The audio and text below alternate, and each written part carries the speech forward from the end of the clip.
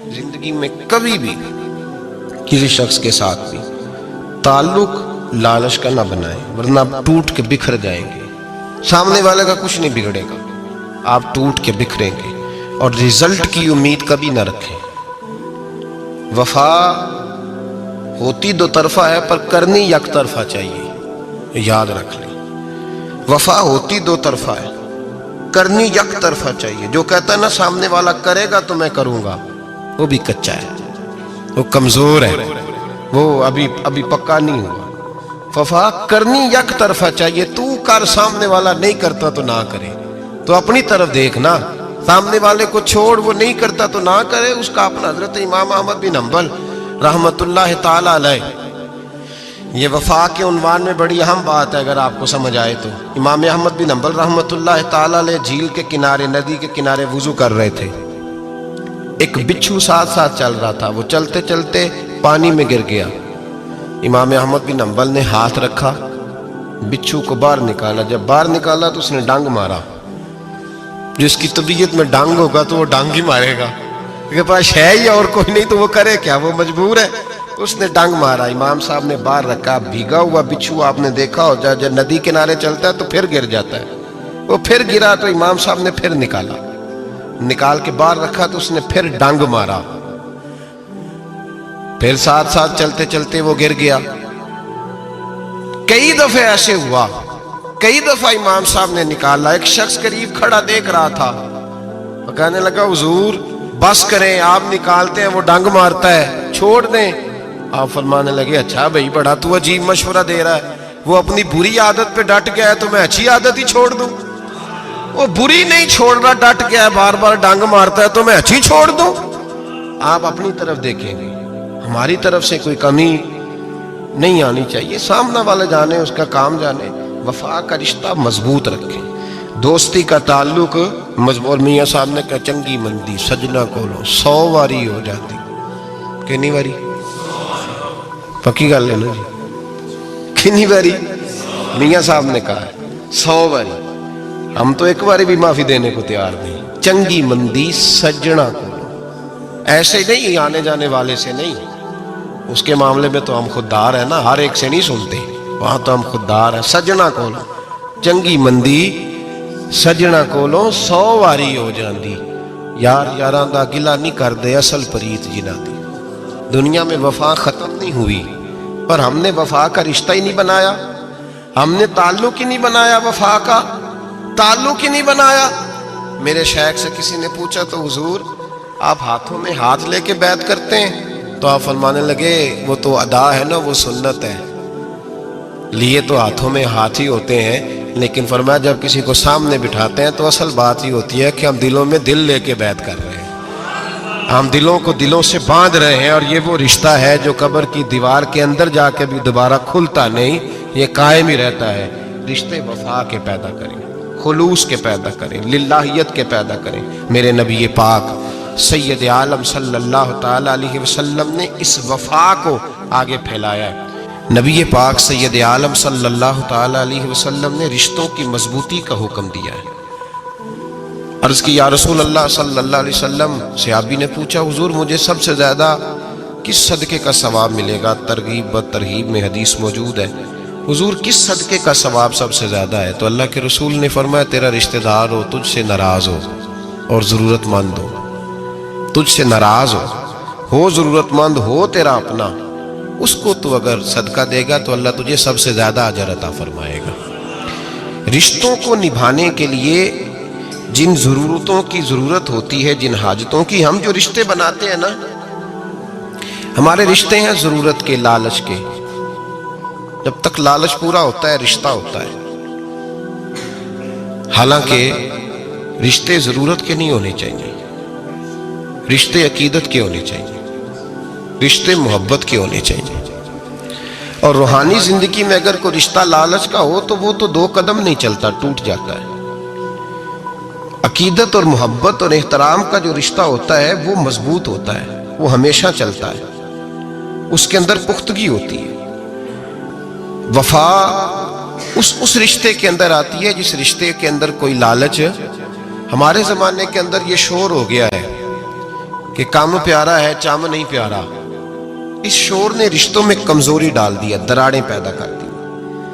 ہم لوگوں کو پیار ہو گیا ہے سامنے والا کتنا، اور جب تک ہمارے کام کا کوئی شخص رہتا ہے تب تک ہمارا تعلق بھی رہتا ہے، اور جب وہ ہمارے کام کا نہیں ہوتا تب تک ہمارا اس کے ساتھ تعلق ٹوٹ جاتا ہے۔ یاد رکھیے میرے بھائی، جب رشتے کی یہ بنیاد ہو نا، پھر اس میں وفا نہیں ہوتی، پھر اس میں وفا، آپ کہتے ہیں سامنے والا وفا نہیں کر رہا، تو بھائی وفا کی بنیاد ہی نہیں تھی یہ رشتہ، یہ بنیاد نہیں تھا وفا کی، وفا کی بنیاد نہیں۔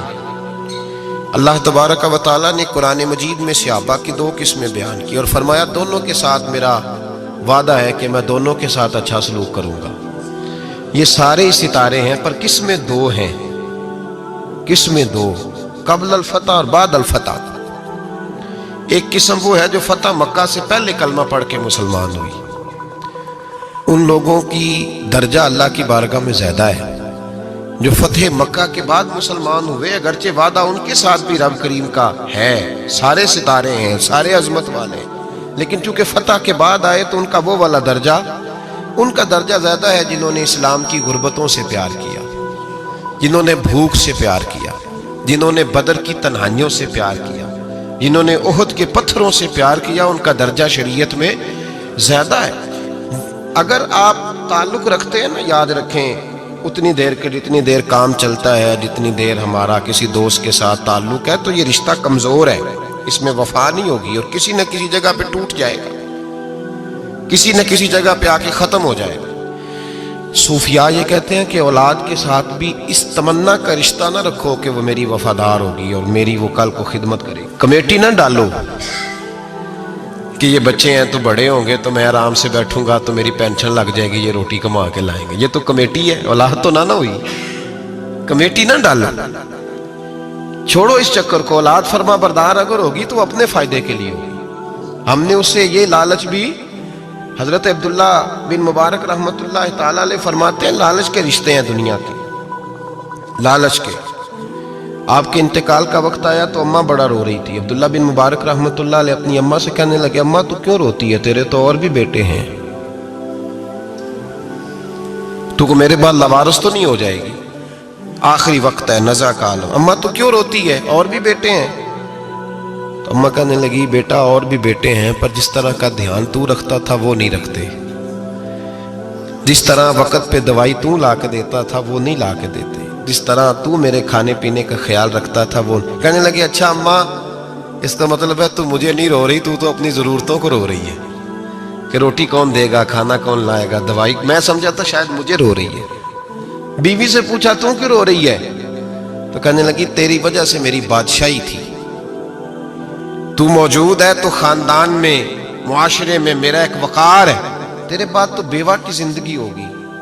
آپ فرمانے لگے اوہو میں سمجھا تھا شاید مجھے رو رہی ہے، تو اپنے وقار کو رو رہی ہے۔ بیٹوں اور بیٹیوں سے پوچھا تمہاری آنکھوں میں کیوں آنسو چھلکتے ہیں، کہنے لگے ابا جس پیار سے باپ شادی کرتا ہے دوسرا کوئی نہیں کر سکتا، اور جس محبت سے باپ لا کے کما کے دیتا ہے دوسرا کوئی نہیں دے سکتا۔ فرمانے لگے اوہو میں سمجھا تھا مجھے رو رہے ہو، تم تو شادیوں کو رو رہے ہو، میرے ساتھ تو تعلق ہی نہیں۔ پھر عبداللہ بن مبارک رونے لگے اور پھوٹ کے روئے۔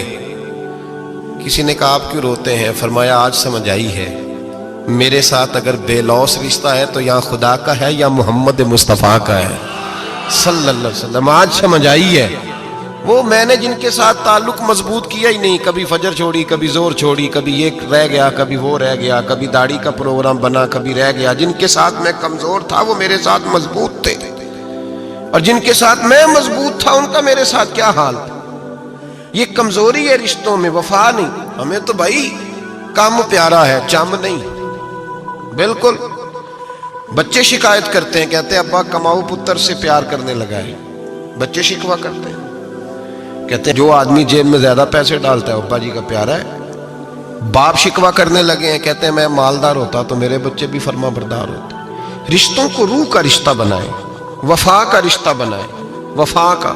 کتے کا ذکر قرآن پاک میں آیا ہے، اس لیے آیا ہے کہ اس نے اللہ کے ولیوں سے وفا کی تھی، اسی آیا ہے کہ اس نے اللہ کے ولیوں کے ساتھ وفاداری کی۔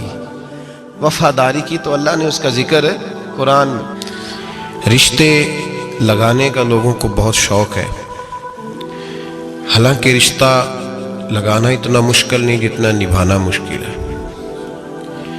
ہم ساری زندگی یہ ثابت کرنے کی کوشش کرتے رہتے ہیں کہ ہمارا جو فلاں آدمی سے تعلق ہے وہ بڑا مضبوط ہے، ہم یہ بتاتے رہتے ہیں کہ مجھے تجھ سے بڑا پیار، اور بتانا بھی چاہیے۔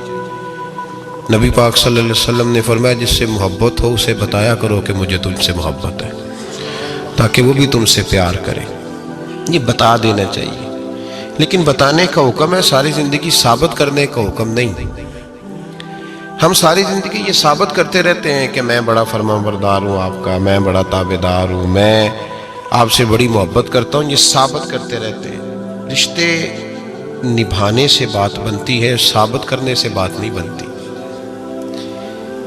ایک تعلق کا پودا آپ نے لگایا زمین میں، چھوٹا سا پودا، اس کے سامنے کھڑے ہو کے آپ سارا دن کہتے رہیں کہ او پودے مجھے تجھ سے بڑی محبت ہے، میں تجھے بڑا چاہتا ہوں، میرا تیرے ساتھ بڑا رشتہ ہے، میرا تیرے ساتھ بڑا تعلق ہے، سارا دن پودے کو یہی کہتے رہے، او چھوٹے سے پودے مجھے تجھ سے بڑا پیار ہے، میں رات بھی تجھے خواب میں دیکھ رہا تھا، کل بھی مجھے تو یاد آ رہا تھا، پرسوں بھی مجھے تو یاد آ رہا تھا، تو اس سے وہ پودا پروان نہیں چڑھے گا۔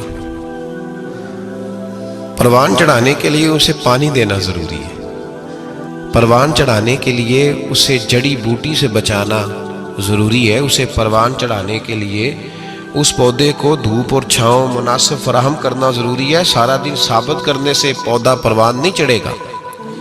میرے بھائی رشتے بتانا چاہیے، ضروری ہے، نبی پاک صلی اللہ علیہ وسلم نے حکم دیا۔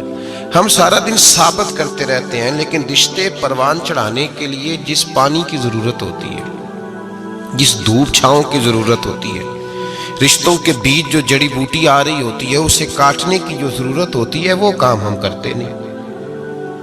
ثابت کرنے سے رشتے مضبوط نہیں ہوتے، چاہے روزانہ آپ ملاقات کر کے ثابت کریں کہ مجھے پیار بہت زیادہ ہے، رشتے عمل کرنے سے مضبوط ہوتے ہیں۔ ایک بادشاہ تھا، بادشاہ جو ہوتے تھے ان کے اپنے اپنے مزاج ہوتے تھے۔ اس بادشاہ نے 4 5 6 کتے رکھے ہوئے تھے، اور کتے بڑے بڑے کتے تھے، اور بڑے وہ خون خار کتے تھے، چیر پھاڑ کھا جاتے تھے، شیر جتنے ان کے قد تھے۔ بادشاہ تھوڑا سا کسی آدمی سے ناراض ہوتا نا، تو ایک بہت بڑے پنجرے کے اندر ایک بہت بڑا سلاخوں کا گھر اس نے بنایا ہوا تھا، اس میں کتے ہوتے تھے، اور کتے کو جب باندھ کے رکھا جاتا ہے تو زیادہ زہریلا ہو جاتا ہے، وہ زیادہ اس کے اندر کرواہٹ آتی ہے، زیادہ کاٹتا ہے۔ اس نے قید کیے ہوئے تھے، کتے تو بڑے زہریلے تھے۔ جس آدمی سے بادشاہ تھوڑا سا ناراض ہوتا نا، تو وہ کتے کے آگے اس آدمی کو ڈالتا، کتے اس کو چیر پھاڑ کے کھا جاتے۔ یہ سزا تھی، لوگوں کو پتا تھا۔ بادشاہ کے وزیر نے بڑی خدمت کی بادشاہ کی، 35 سال تک نوکری کی، لیکن ہر سورج نے غروب تو ہونا ہی ہوتا ہے نا، ہر چاند نے ڈھلنا بھی ہوتا ہے۔ اب بوڑھا ہونے لگا، وہ جو مضبوط حافظہ تھا وہ کمزور ہونے لگا، ہلکی ہلکی غلطی۔ بادشاہ مزاج کا بادشاہ تھا، پر نہیں سمجھ میں آیا، تو میں نے کہا کہ لوگ کہتے ہیں ہمیں کام پیارا ہے، چم نہیں، تو رشتہ وفا کا تھا ہی نہیں۔ وزیر سمجھنے لگا کہ اب نہ میں بھی غلطیاں کرنے لگا ہوں، تو ایسا نہ ہو کسی دن میں بھی ان کتوں کا شکار ہو جاؤں۔ اس نے بادشاہ سے کہا کہ بادشاہ، مجھے آہستہ آہستہ معذرت کرنے لگا، قدم ہٹانے لگا کہ مجھے چھٹی دے دی جائے، اب میں بوڑھا ہو گیا ہوں۔ لیکن اس نے کہا نہیں، جب تک میری طبیعت نہیں مانتی تم نہیں جا سکتے۔ مطلق العنان لوگ تھے، وزیر خاموش ہو گیا، پریشان رہنے لگا، غلطی ہو گئی یہ تو پھینک دے گا۔ ایک تجویز اس کے ذہن میں آئی، وہ جو کتوں کے پنجرے پر محافظ بیٹھا تھا نا، جو ان کو کھانا ڈالتا تھا، روٹی ڈالتا تھا، گوشت دیتا تھا، اس کو ایک دن کہنے لگا، یار تیری ڈیوٹی ہے سارا دن کتوں کو کھانا دینے کی، گوشت دینے کی، تو 2-4 دن ڈیوٹی مجھے نہیں دیتا؟ تو لے لے، میں تو پہلے پریشان ہوں، سارا دن ان کی دیکھ بھال کرتا ہوں۔ اس نے کچھ تھوڑا سا گوشت لیا، پنجرے کے باہر کھڑے ہو کے کتوں کو ڈالا۔ اگلے دن تھوڑی روٹیاں لے آیا، کتوں کو ڈالی۔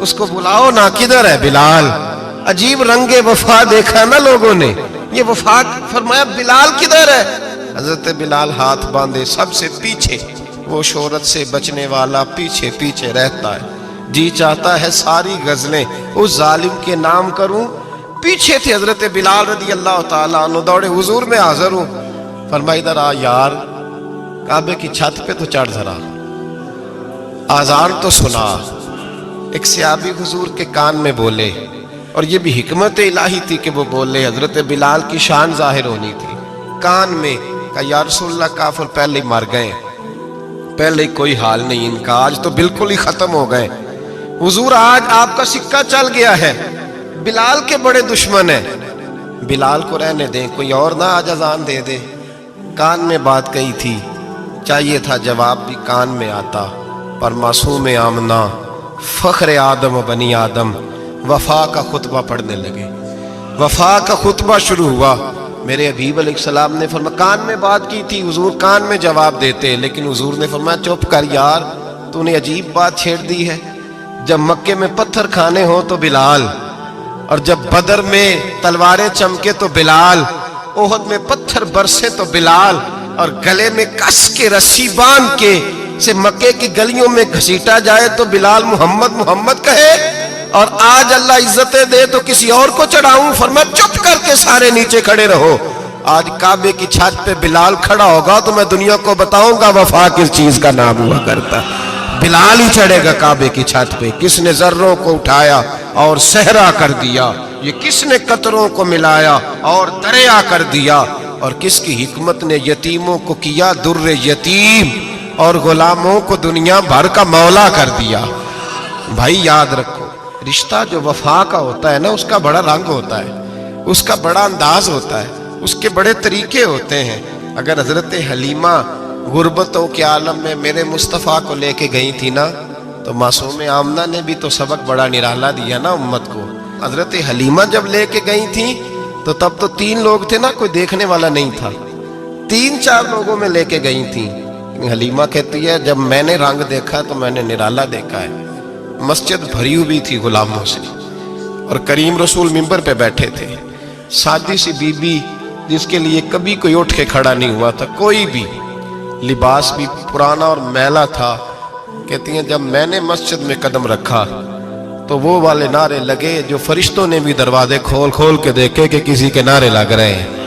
اور جناب حلیمہ کہتی ہیں کسی نے ایسا کبھی استقبال نہ دیکھا ہوگا. حضور اٹھے، گویا اللہ کی ساری رحمتیں اٹھ کے کھڑی ہو گئیں.